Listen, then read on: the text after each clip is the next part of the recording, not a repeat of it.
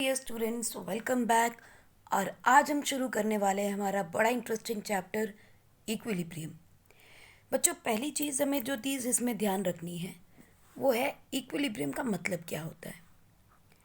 बच्चों, इक्विलिब्रियम का मतलब है जब भी कोई reaction, let us say A plus B gives us C plus D, जब कोई रिएक्शन फॉरवर्ड डायरेक्शन में और बैकवर्ड डायरेक्शन में, I would say this is the forward direction, this is the backward direction, जब भी कोई रिएक्शन जिस speed से फॉरवर्ड डायरेक्शन में हो रही है उसी स्पीड से बैकवर्ड डायरेक्शन में भी हो रही हो, उसे हम कहते हैं इक्विलिब्रियम।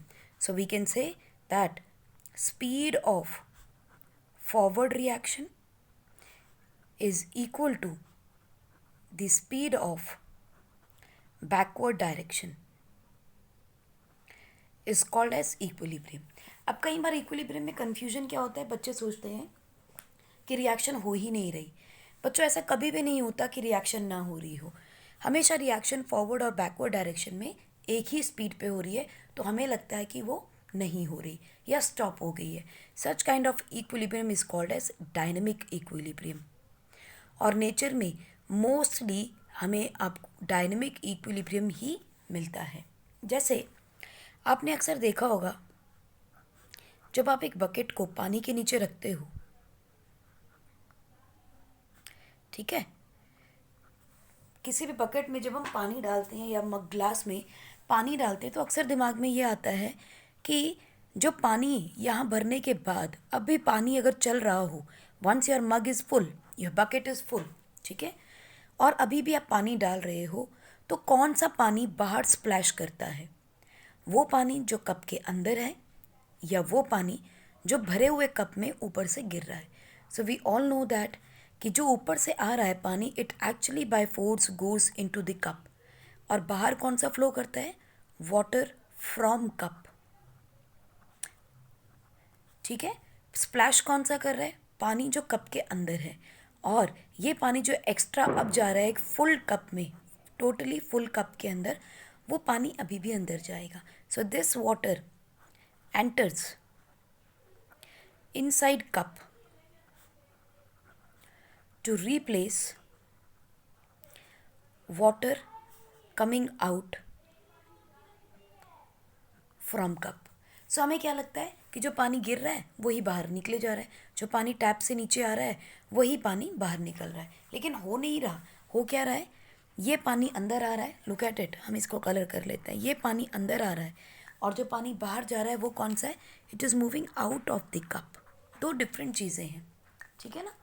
जो पानी अंदर जा रहा है आपकी टैप से आ रहा है, और जो पानी बाहर जा रहा है वो कप से जा रहा है। सो this is what is dynamic equilibrium. और यहाँ हम पढ़ेंगे बच्चों दो तरह का इक्विलिब्रियम। एक हम बात करेंगे केमिकल इक्विलिब्रियम की,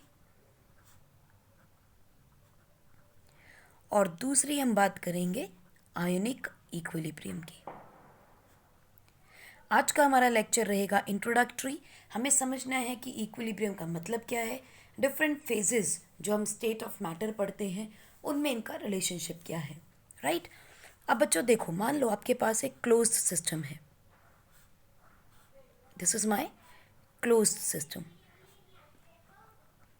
ठीक है, और इसके अंदर कोई लिक्विड है, लेट अस से इसमें चलिए लिक्विड ही बना लेते हैं, this is some liquid inside. पानी, चलो पानी ले लेते हैं, let's take water as a liquid form. अब जब इसको आप हीट करोगे, सिस्टम को हमने हीट किया है, so what is going to happen? कुछ पानी है जो वेपर की फॉर्म में उड़ना चाहेगा, this is the vapour form, यानी कि water in gaseous form, correct. कुछ पानी ऊपर जा रहा है। अब यहाँ से देखिए, जो पानी ऊपर जा रहा था बच्चों, ये टकरा के वापस भी तो आएगा क्योंकि बाहर तो जा नहीं सकता। This is what? This is the gaseous water coming back to liquid phase। क्यों आ रहा है? क्योंकि कंडेंसेशन हो रही है, टकराता है वापस आता है। हमें पता है कि अगर वेपर ऊपर जाएंगे चलिए हम यहाँ पे भी देख लेते हैं। जो वेपर है बच्चों, वो गैशियस फॉर्म में है, काइनेटिक एनर्जी ज़्यादा होगी, दे विल मूव अप। अब ऊपर अगर बैरियर है और उससे वो स्ट्राइक करेंगे, वापस नीचे आएंगे, तो what is happening, they are going to lose their kinetic energy. Kinetic energy अगर गैसियस वेपर लूज करेगा तो किस में कन्वर्ट हो जाएगा, ऑब्वियसली लिक्विड में कन्वर्ट होगा। इसकी काइनेटिक एनर्जी ज़्यादा है और इसकी काइनेटिक एनर्जी लेस हो जाएगी। सिंपल है कहानी। हमें देखा है पानी इवेपोरेट करता है तो गैसियस फॉर्म में कन्वर्ट हो जाता है, और जब कंडेंसेशन होती है तो कैसे होता है, वापस लिक्विड फेस में आ जाता है। तो जब हम एक क्लोज्ड सरफेस के अंदर, जिसका आगे ढक्कन खुल नहीं सकता, उसमें हीट है सिस्टम के अंदर, तो डेफिनेटली वेपर्स बनेंगे, वेपर्स कंडेंसेशन भी होगी। Now what is going to happen, जब लिक्विड से वेपर में कन्वर्ट होना और वेपर से वापस यहाँ क्या हो रही है, इवेपोरेशन, और यहाँ क्या हो रहा है, कंडेंसेशन। ठीक, जब एक क्लोज सिस्टम के अंदर हम इसे रखते हैं, there is no loss of mass. इसका मतलब वाटर का जो वॉल्यूम है, जो मास है, वो नहीं चेंज हो रहा, सिर्फ स्टेट चेंज हो रही है। सो यहाँ पे क्या हो रहा है, rate of evaporation and rate of condensation हो रहा है। ठीक है बच्चों, इनिशियली क्या होगा, पक्की बात है रेट ऑफ इवेपोरेशन ज़्यादा होगा इनिशियली, क्योंकि कंडेंसेशन के लिए तो वेपर है ही नहीं थे, यहाँ से उड़ेगा पानी तभी तो वेपर बनेंगे। So initially rate of evaporation ज़्यादा होगा और कौन से रेट ऑफ कंडेंसेशन धीरे धीरे बढ़ेगा, है ना। इनिशियली अगर हम देखें तो ये मैक्सिमम है, इवेपोरेशन हो रही है, ये तो ज़ीरो ही था। फिर क्या होगा, ग्रेजुअली ये सबसे ज़्यादा हो रहा था, ग्रेजुअली ये हो रहा है, ये तो चल ही रहा है, अब ये भी आना शुरू हो गया डाउनवर्ड, ये चल रहा है, ये डाउनवर्ड आना शुरू हो गया, यानी कंडेंसेशन होनी शुरू होगी। At equilibrium what is going to happen, at equilibrium जितना आपका इवेपोरेशन हो रहा था उतना ही कंडेंसेशन भी होने लगेगा। So it will come to at equilibrium. So this is what is equilibrium in physical state of the matter. और इक्विलिब्रियम को हम इंडिकेट किससे करते हैं बच्चों, देखिए, you have water in liquid state, ठीक है, and is converted into water in gaseous state, correct? Equilibrium is always denoted by a double arrow pointed at opposite sides. Half arrow इसलिए शो करते हैं क्योंकि आधी रिएक्शन इधर होगी, and as it reaches the equilibrium it will start moving towards the backward direction. So this is what is the equilibrium, जिसके बारे में हम यहाँ आज बात करने वाले हैं। इस स्टेट को हम क्या कहते हैं, जब इक्विलिब्रियम की कंडीशन हमें मिल गई, this condition is called as equilibrium state, ठीक है। And it is not static, ये हमने ऑलरेडी आपको बताया है कि कभी भी कोई भी इक्विलिब्रियम अगर आपको मिलता है, it is always dynamic in nature, correct. दूसरी चीज़ आप देखो, हमने कहा कि क्लोज सिस्टम पे है, मान लो सिस्टम ओपन है, चलिए ओपन कर लेते हैं, हमारा ये सिस्टम ओपन है। Now what is going to happen, water है, ये आपका वाटर लिक्विड स्टेट में है। अभी हमने जब इसको हीट दिया सिस्टम को, तो व्हाट हैपन, वेपर्स बाहर निकलने लगे, there is no condensation, vapours evaporate हो गए, वेपर्स बिल्कुल पानी से बाहर, इस वेसल से बाहर हो गए। तो डू यू थिंक कि कभी इक्विलिब्रियम अचीव कर पाएगा, क्योंकि मास तो निकल गया। So that is why we can never achieve an equilibrium in open state. So not reached equilibrium in open state, हमेशा हम इसे क्लोज सिस्टम के अंदर ही अचीव करेंगे, क्योंकि there is no loss of mass and energy. लेकिन यहाँ open system में क्या है, मास भी उड़ गया, mass and energy are lost. So जब एक चीज़ चली ही गई, उसे हम वापस कैसे लाएंगे, we can not do it. So that is why in open system we can not achieve equilibrium. Open system में इक्विलिब्रियम नहीं मिलेगा, करेक्ट। अब जो इक्विलिब्रियम है बच्चों, हमने पहले बात की है कि इक्विलिब्रियम दो तरह का है। एक हमने बोल दिया केमिकल इक्विलिब्रियम पढ़ेंगे हम, एक हमने बोल दिया आयनिक इक्विलिब्रियम पढ़ेंगे। करेक्ट। अभी इक्विलिब्रियम बच्चों फिजिकल कंडीशन में भी आ सकता है, जैसे कि अभी हमने बात की फिजिकल इक्विलिब्रियम भी है, केमिकल इक्विलिब्रियम भी है और आयनिक भी है। फिजिकल में कुछ नहीं है, आपकी सिंपल स्टेट ऑफ मैटर में कन्वर्जन हो रही है। जैसे अभी हमने बात की कोई भी पानी है, लिक्विड है, हम वाटर को ले रहे हैं क्योंकि आसानी से समझ में आता है। Water can convert into vapour, हमने देखा इवेपोरेशन एंड कंडेंसेशन से। Correct. Now this kind of equilibrium is a dynamic equilibrium and it is just the change in physical state of the matter. Correct. So this is what physical equilibrium. Liquid और gaseous state में equilibrium बच्चों कब achieve होता है? Liquid और gaseous state का equilibrium achieve होता है eight melting point.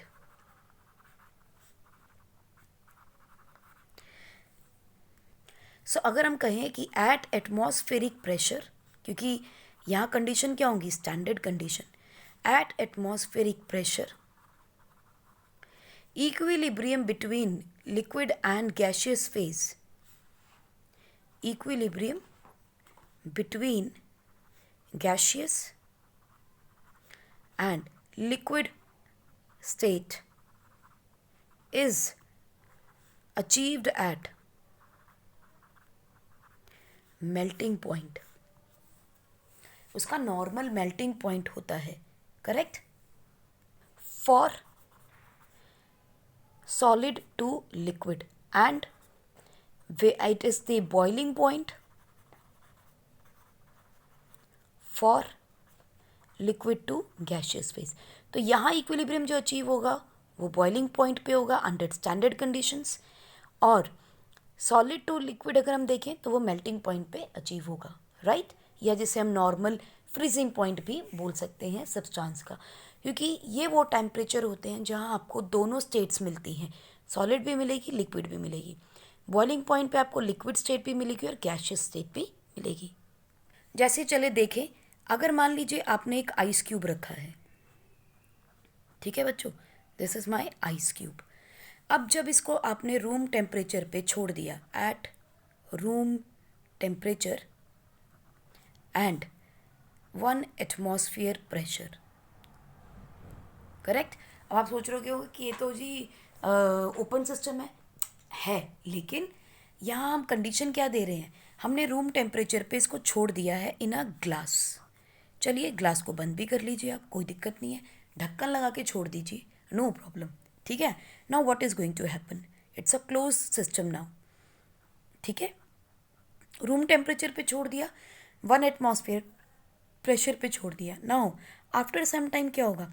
This ice is going to lose the temperature, the heat, it is going to gain heat energy and will convert into water. तो देखिए ये रहा मेरा ice cube और कुछ पानी इसके अंदर आना शुरू हो गया। करेक्ट। यानी कि पानी के कुछ मॉलिक्यूल्स जो हैं बच्चों वो रैंडमली मूव कर रहे हैं, तो इससे टकरा भी सकते हैं आइस क्यूब से। जब टकराएंगे तो इसी आइस क्यूब के साथ चिपक जाएंगे, मगर सेम टाइम पे कुछ पार्टिकल्स आइस के पानी में कन्वर्ट भी तो हो रहे हैं। सो जब conversion of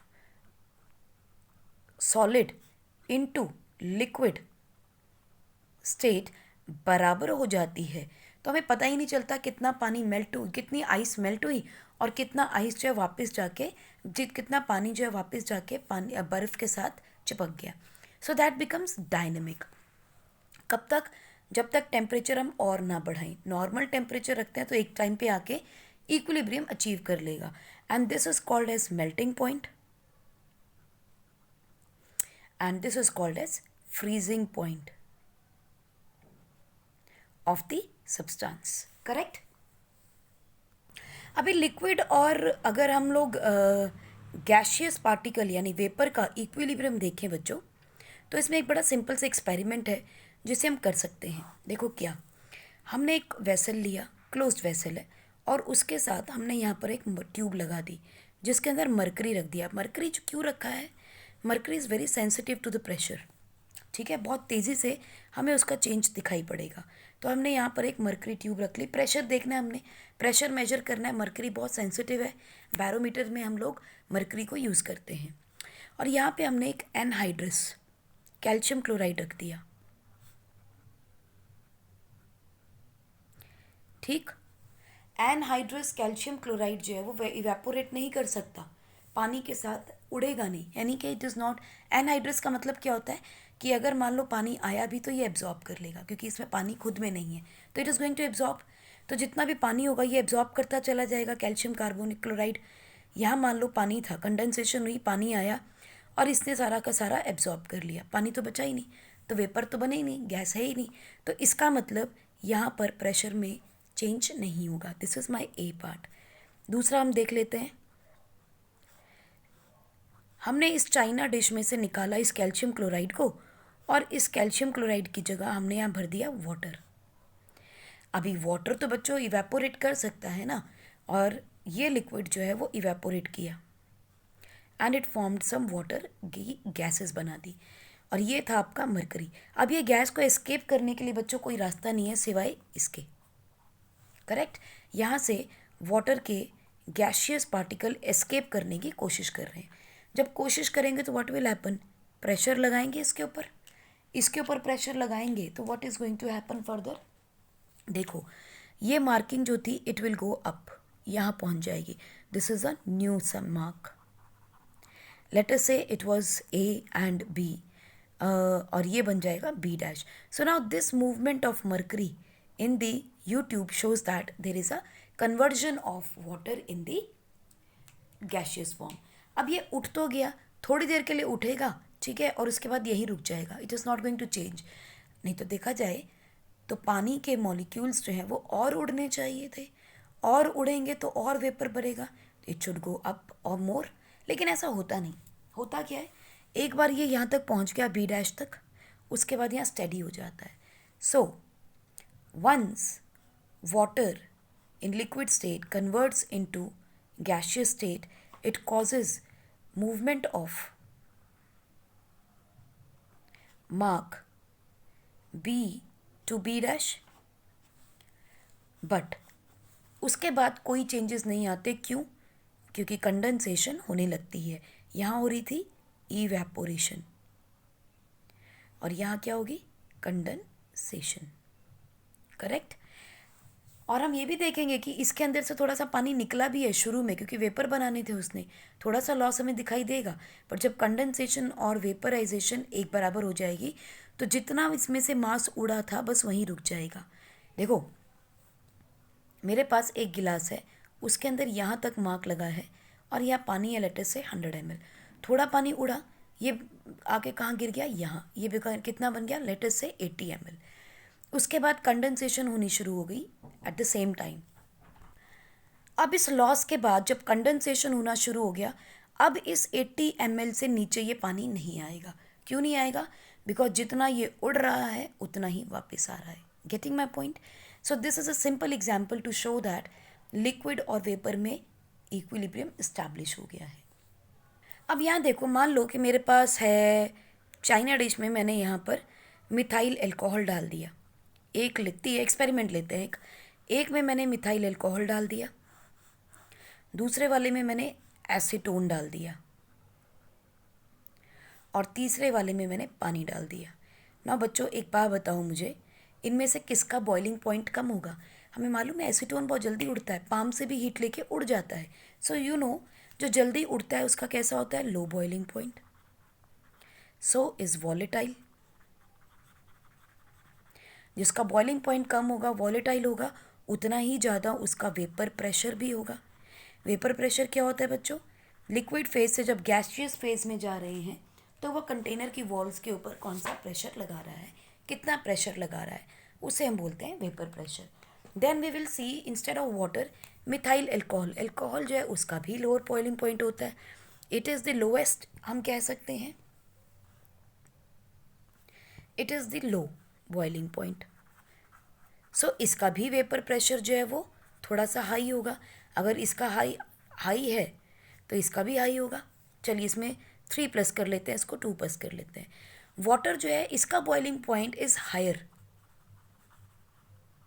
then methyl alcohol and acetone, so is less volatile.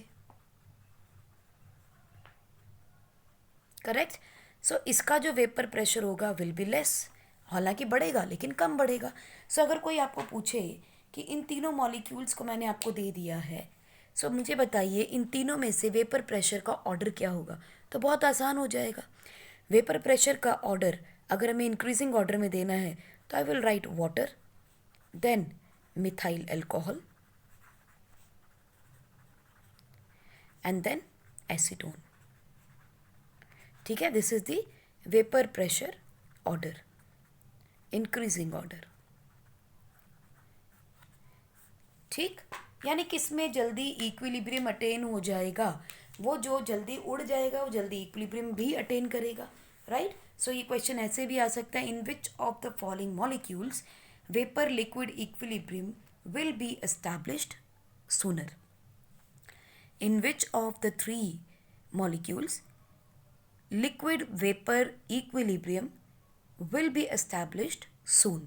ठीक, ये क्वेश्चन आ सकता है. सो इसका मतलब कि अगर हम इक्विलिब्रियम की बात करें, it definitely depends upon the nature of substance. किस सब्सटेंस के बारे में हम बात कर रहे हैं उस पर भी ये डिपेंड करेगा. तो पहली चीज़ हमने कहा कि वो ओपन सिस्टम में अचीव नहीं कर सकते हम, it has to be a close system. दूसरी बात हमने ये कही कि forward reaction is always equal to backward reaction, it is a dynamic equilibrium. तीसरी बात हमने ये बोली कि एक कांस्टेंट टेम्परेचर पे ये रिएक्शन हम देख सकते हैं. टेम्परेचर बढ़ाएंगे अगर हम तो इक्विलिब्रियम फिर चेंज हो जाएगा. वाई सो, उतने ही ज़्यादा वेपर प्रेशर बनेंगे. एक टेम्परेचर की बात करेंगे हम लोग कांस्टेंट टेम्परेचर पे. ठीक.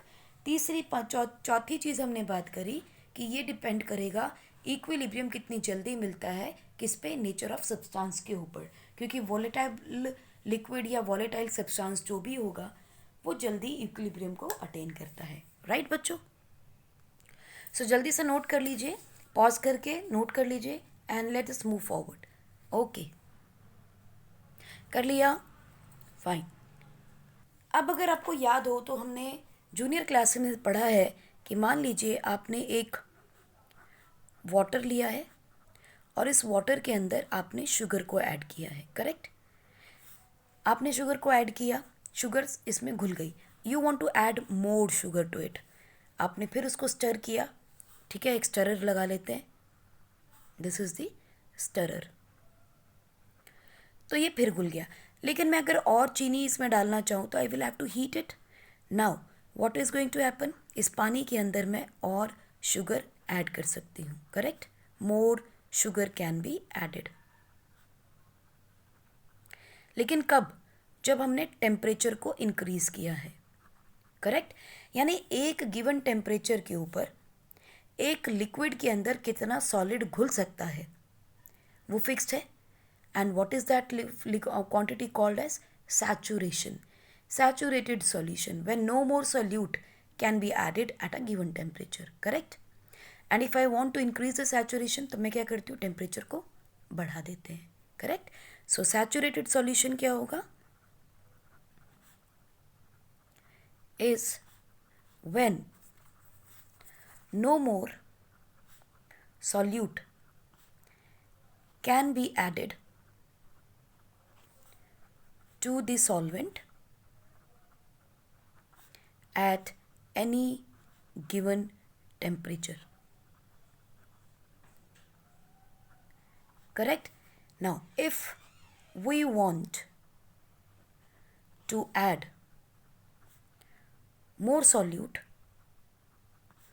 we increase temperature. इसका क्या मतलब हुआ कि इक्विलिब्रियम अचीव करने के लिए हमें किसी ना किसी फिजिकल पैरामीटर को कांस्टेंट करना पड़ता है.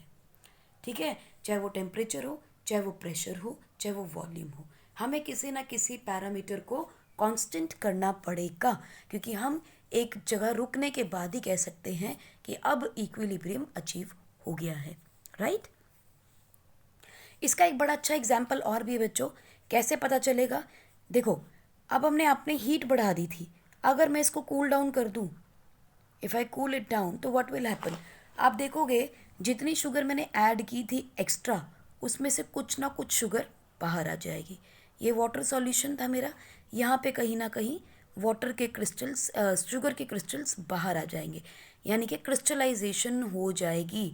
क्यों हो जाएगी? क्योंकि टेम्परेचर कम किया है हमने, यानी कि कूल डाउन करेंगे तो सैचुरेशन भी डाउन आ जाएगी। करेक्ट। सो नाउ अगर हम इस एग्जाम्पल में एक और तरीका देख सकते हैं बच्चों समझने का, वो क्या है, हम इस शुगर के अंदर एक रेडियो एक्टिव एलिमेंट ऐड कर देते हैं, यानी कलर कलर चेक कर रहे हैं हम लोग। मैंने यहाँ वाटर लिया, ठीक, इस वाटर के अंदर कुछ शुगर थी ऑलरेडी, ये रहा मेरा शुगर सॉल्यूशन।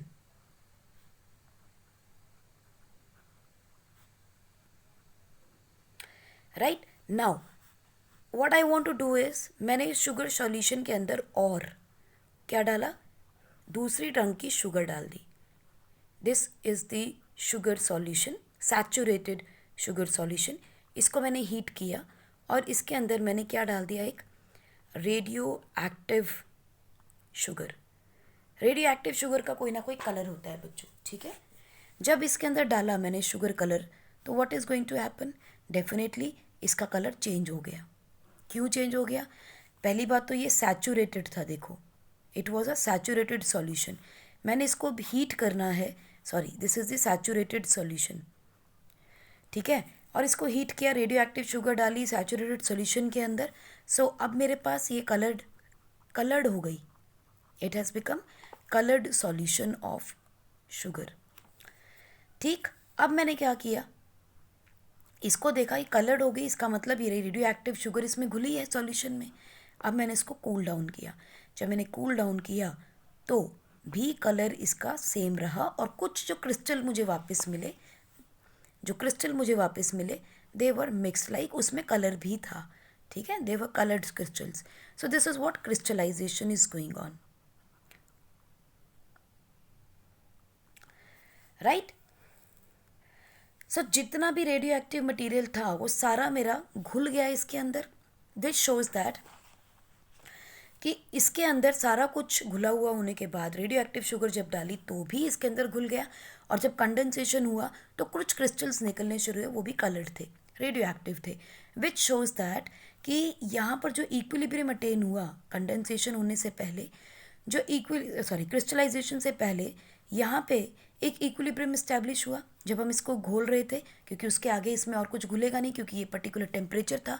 थोड़ी देर के लिए हीट किया और रेडियो एक्टिव शुगर डाली, इक्विलिब्रियम अटेन हो गया। How this equilibrium attend, this equilibrium attend is the dynamic equilibrium, it is the dynamic equilibrium, क्योंकि मेरा सॉल्यूशन भी अब कलर्ड था, रेडियो एक्टिव था, ठीक है, और जो क्रिस्टल वापस मिले मुझे, वो क्रिस्टल भी कैसे थे, रेडियो एक्टिव क्रिस्टल्स थे, they have radioactive crystals too, crystals and normal sugar crystal, दोनों ही चीज़ें हमें वहाँ मिली, which shows that there was an equilibrium established between the radioactive sugar and the normal sugar in the water. So मतलब क्या हुआ, यहाँ पे हमें पांचवा पॉइंट मिला बच्चों, कि अगर हमें इक्विलिब्रियम एस्टैब्लिश करना है, it has to have a particular temperature, या पर्टिकुलर एक फिजिकल क्वांटिटी फिक्स करनी पड़ती है हमें, एक मेजरेबल क्वांटिटी को हम फिक्स करते हैं, चाहे वो प्रेशर हो चाहे वो टेम्परेचर हो। So this is what we call that equilibrium between solids in liquids, ठीक, equilibrium in solids in liquids. अभी तक हमने सॉलिड और लिक्विड की बात की है, चलिए अब सिर्फ गैसियस पार्टिकल की और सब्लिमेशन की बात कर लेते हैं। हम देखते हैं कि अगर किसी सॉलिड से हम डायरेक्टली गैस में कन्वर्ट करते हैं, this is called as sublimation. अब ये रिएक्शन भी टू वे हो सकती है बच्चों, वन इज सब्लिफिकेशन, दूसरे इज सॉलिडिफिकेशन, राइट। देखिए इसमें क्या होगा बच्चों, जैसे मान लो आपके पास एक कंटेनर है,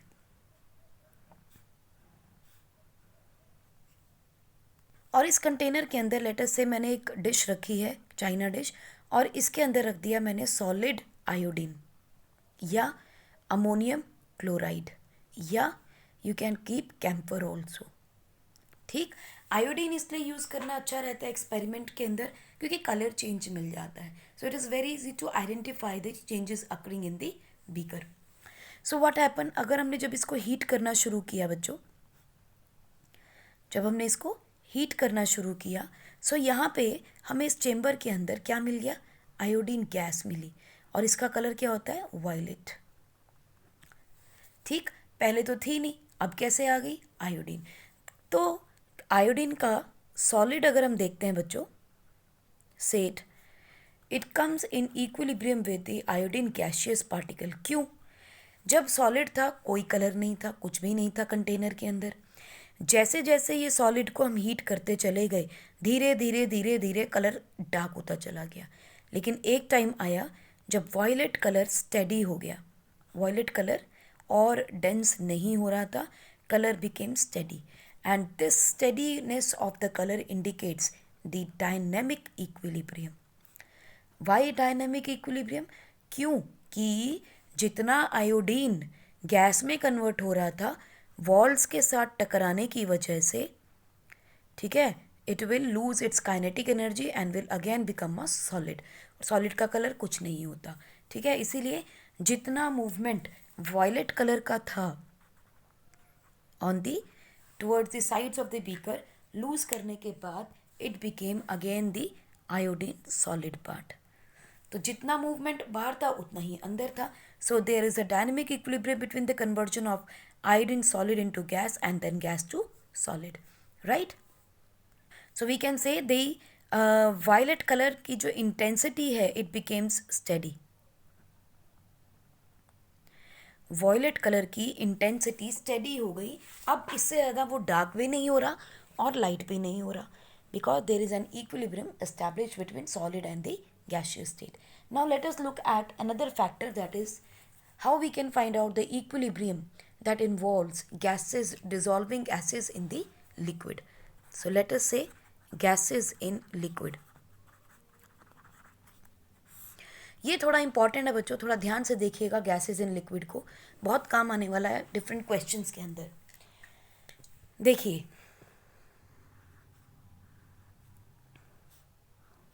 ये हमारे पास एक बीकर है, ठीक, और यहाँ पर कुछ लिक्विड है। Let us say we have water, चलिए वाटर ही ले लेते हैं, ठीक। अब मैं इसके अंदर एक गैस को डिसॉल्व करना चाह रही हूँ, ठीक है। Let us say we have carbon dioxide gas, ठीक। सोचो ज़रा, ये कंटेनर क्लोज्ड है, it's a closed container.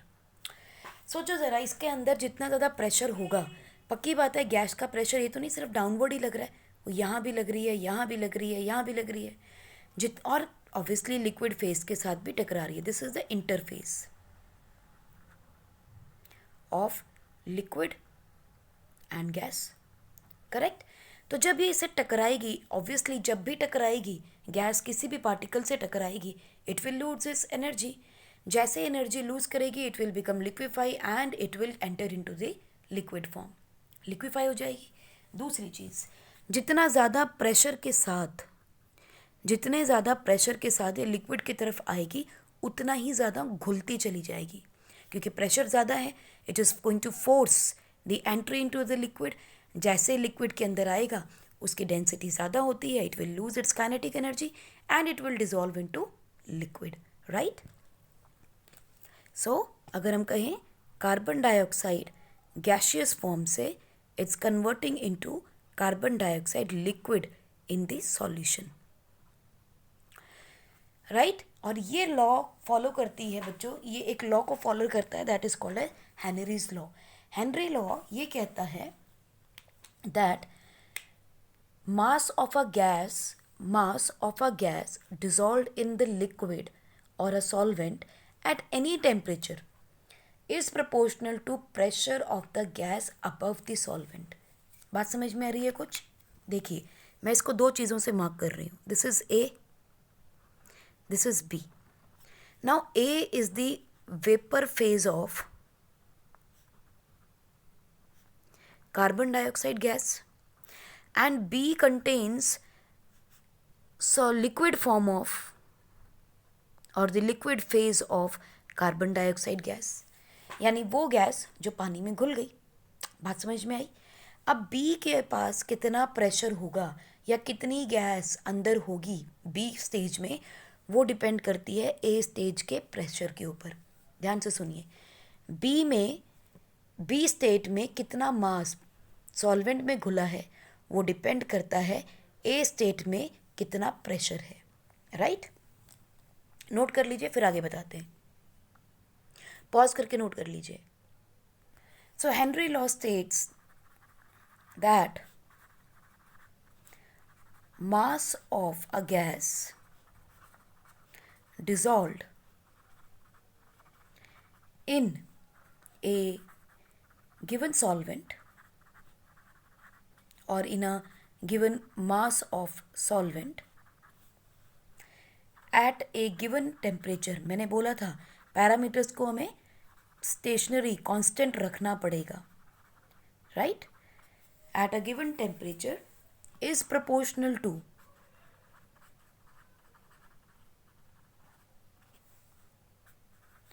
the pressure of the gas above the solvent। Correct? तो इसको जरा रीफ्रेम करते हैं, डायग्राम को रीडिज़ाइन करो। चलिए देखते हैं। ये रहा एक टम्बलर और ये रहा मेरा सॉल्वेंट। ठीक? इस सॉल्वेंट के अंदर mass of gas dissolved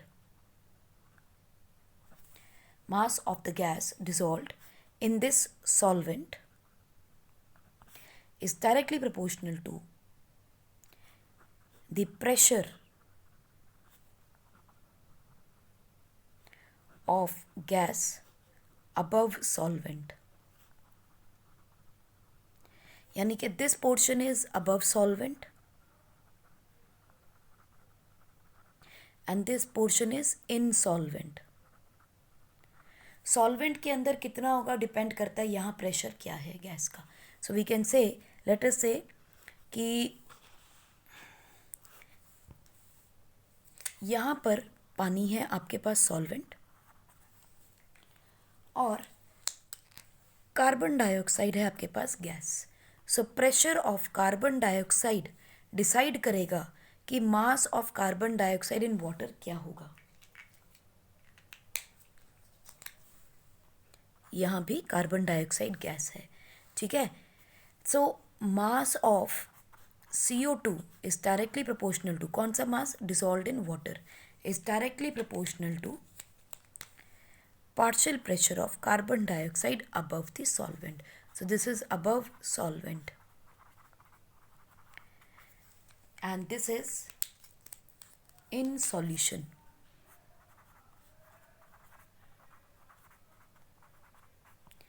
ठीक है? So mass of carbon dioxide dissolved depends upon the pressure of carbon dioxide above the solvent। ये है हेनरी लॉ, बहुत इंपॉर्टेंट है, ध्यान रखिएगा। तो आप सोचिए अगर टेम्परेचर ज़्यादा हो तो definitely what is going to happen, ये लिक्विफाई नहीं हो पाएगी कार्बन डाइऑक्साइड, क्योंकि काइनेटिक एनर्जी ज़्यादा होगी पार्टिकल के पास, तो वो गैस में कन्वर्ट होती रहेगी और गैस में कन्वर्ट होगी तो प्रेशर बढ़ेगा। So what is going to happen, अगर टेम्परेचर ज़्यादा होगा तो ये ऊपर जाएगा, प्रेशर बढ़ेगा तो ये अंदर आना चाहेगा, तो there is going to be a dynamic equilibrium at a given temperature.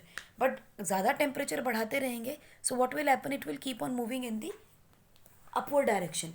का पार्शियल प्रेशर बढ़ता चला जाएगा, सॉल्युबिलिटी कम हो जाएगी। Therefore we can say that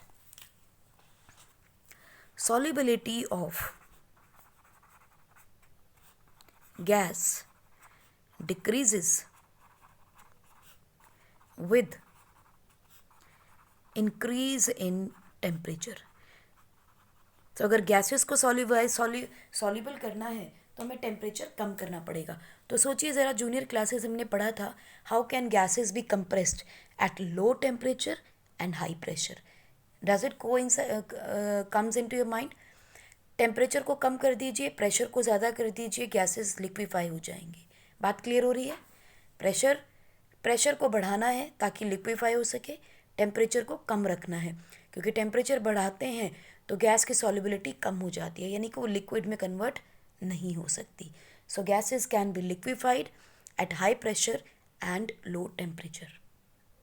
so if I just summarise it, so हम क्या कह सकते हैं कि इक्विलिब्रियम जो अभी हमने बात की, उसमें हमने बात की फिजिकल स्टेट की, फिजिकल प्रोसेसेस के अंदर। वहाँ हमने बात किया है solid to liquid, liquid to gas and solid to gas. इन तीन चीज़ों के स्टेट्स की हमने बात की, जिसमें आपको जो इम्पोर्टेंट है वो लिक्विड टू गैस ध्यान में रखिएगा, बहुत इंपॉर्टेंट है, क्योंकि यहाँ पर हम प्रेशर की बात करेंगे। इवन सॉलिड टू गैसेस कम कंडीशंस में मिलेगा, बट जब मिलेगा तो वहाँ भी हमें प्रेशर की बात करनी है। कहीं भी गैस आ जाए तो भूलिएगा मत, आपको हर बार उसके पार्शियल प्रेशर की, या जिसे हम सिंपल प्रेशर के नाम से जानते हैं, उसका ध्यान रखना पड़ेगा। ठीक। दूसरी चीज़ आपको ध्यान रखनी है इस फिजिकल प्रोसेस में, rate of forward direction of the reaction is equal to the rate of backward direction. हमेशा बराबर होंगे। This is the important condition for equilibrium. Then we spoke about their solubility of solid in liquid and solubility of gases in liquid. Solubility of gases in liquid के लिए हमें याद रखना है Henry's law. ठीक, जहाँ हमने बोला है कि solubility of a gas in liquid is directly proportional to the partial pressure of the gas. ये ध्यान में रखिएगा। सॉलिड इन लिक्विड में एट अ गिवन टेम्परेचर, आपको ये ध्यान रखना है कि at a given temperature it is going to be saturated solution, और वो तभी पॉसिबल है जब वो इक्विलिब्रियम अटेन कर लेगा। ठीक। सो यहाँ हम एक और चीज़ हमने याद रखी थी, that mass of gas dissolved is directly proportional to pressure of gas above solvent, right? और हमने ये भी देखा कि ये सारी चीज़ें क्लोज सिस्टम में होने वाली हैं, correct? So let us just find out the key points that we need to understand about the equilibrium in general conditions. तो फटाफट लिख लें कि जनरल कैरेक्टरिस्टिक्स क्या होंगे इक्विलिब्रियम के। ये एग्जाम में पूछा जाता है बच्चों, what are the general characteristics of equilibrium. तो फटाफट से लिखते हैं। चलिए नोट्स बनाते रहिएगा साथ साथ। Number 1, any kind of equilibrium that we are going to achieve is possible only in equilibrium is possible only in a closed system at a given temperature. Open system में अचीव नहीं हो सकता, ये हम बात कर चुके हैं, right? Number 2, both the opposing processes माने forward as well as backward, या evaporation and condensation occur at the same rate, या फिर सब्लिमेशन एंड सॉलिडिफिकेशन, ये सभी चीज़ें अपोजिंग हैं, यानी एक के ऑपोजिट। ठीक है, they occur at same rate and there is a dynamic equilibrium, और the dynamic you can say stable condition. Stable है लेकिन डायनेमिक होती है, तो हम सीधे लिख सकते हैं rate of forward direction is equal to rate of backward direction, correct? Number 3, all measurable properties of this system, that is pressure, volume, temperature, ये सब measurable properties होती हैं of the system remain constant. ठीक। Number 4, when equilibrium is attained,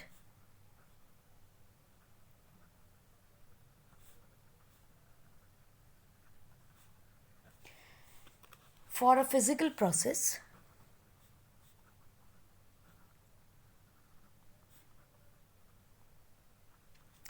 it is characterized by constant value of one of its parameter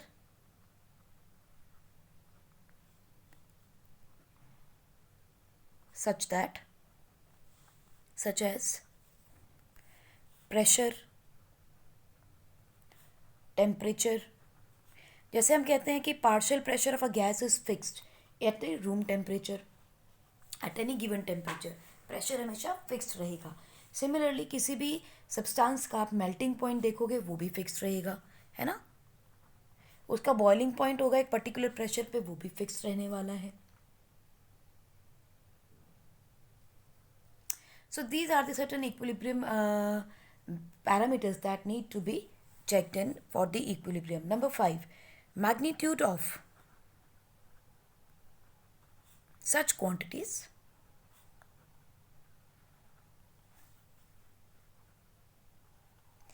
at any stage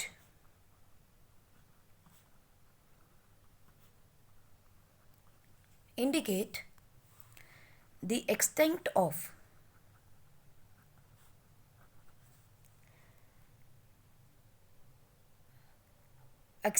process कह सकते हो to which it has proceeded before reaching equilibrium. चलिए last point का मतलब देख लेते हैं, बिकॉज इसके बारे में अभी हमने बात नहीं की. ये हमें मोस्ट ऑफ द टाइम मिलेगा बच्चों. जैसे मान लो कोई भी रिएक्शन है, A plus B gives us C plus D, correct. अब ज़रूरी तो नहीं कि इक्विलिब्रियम जो है वो तभी अचीव होगा जब ये 50-50 होंगे, ये ज़रूरी नहीं होता. ये कंडीशन अवेलेबल होती है बच्चों 3 तरीके में. लाइक नंबर 1, अगर मान लो कि रिएक्टेंट जो है वो जल्दी से बनाए तो जोड़े, फटाफट से रिएक्ट किया और प्रोडक्ट बनाने लग गई, ठीक है. और मान लीजिए ये हमारे रिएक्टेंट हैं, ये हमारे प्रोडक्ट हैं, ठीक. If equilibrium, you can say equilibrium not if equilibrium can be achieved when reactant is more than product at equilibrium.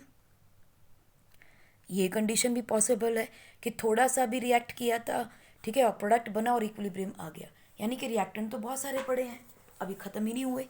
Number 2, equilibrium can be achieved when reactant is very less than product at equilibrium. माने reaction हो रहा था, C D बहुत ज़्यादा बन गया, are थोड़ा सा रह गया, अब इक्विलिब्रियम अचीव हुआ है, ये कंडीशन भी पॉसिबल है. Number 3, equilibrium can be obtained when reactant is equal to product at equilibrium. यानी ऑल 3 कंडीशंस आर पॉसिबल. ऐसा नहीं सोचना कि इक्विलिब्रियम आ गया तो जितना ये होंगे उतना ही ये होंगे, नॉट एसेंशियल. हो सकता है ये ज़्यादा हो सकता है ये ज़्यादा हो, इट इज़ पॉसिबल. कभी कभी तो ये डिपेंड करेगा, रिएक्शन इतनी ज़्यादा फास्ट हो जाएगी कि प्रोडक्ट जो है वो बन गया, रिएक्टेंट नेग्लिजिबल बचा है, अब जाके इक्विलिब्रियम अटेन हुआ है. हो सकता है हमें इसकी कॉन्सेंट्रेशन पता भी ना चल पाए, या हो सकता है रिएक्शन इतनी स्लो हो कि रिएक्टेंट जो है वो भरपूर मात्रा में पड़ा है, प्रोडक्ट बहुत ही रत्ती सा थोड़ा सा बना है और इक्विलिब्रियम आ गया, ये भी पॉसिबल है. ये तभी है when rate of the reaction is there. यानी इस केस के अंदर जहाँ प्रोडक्ट बहुत कम बने हैं, the rate of reaction is slow.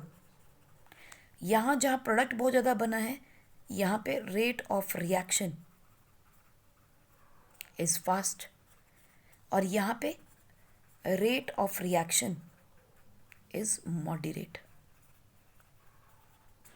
Correct. So ये कंडीशन भी पॉसिबल है, और ये हमें मोस्ट ऑफ द टाइम बच्चों मिलता है in case of chemical processes और केमिकल इक्विलिब्रियम में. और हमारा चैप्टर इसी के अराउंड घूमने वाला है, ठीक है. सो इसका ध्यान रखिएगा. और हमें मालूम है कि रेट ऑफ रिएक्शन किस किस पे डिपेंड करेगा बच्चों, डिपेंड करेगा टेम्परेचर क्या दिया है कंडीशन में, क्योंकि हमें मालूम है endothermic reactions will be favoured at high temperature.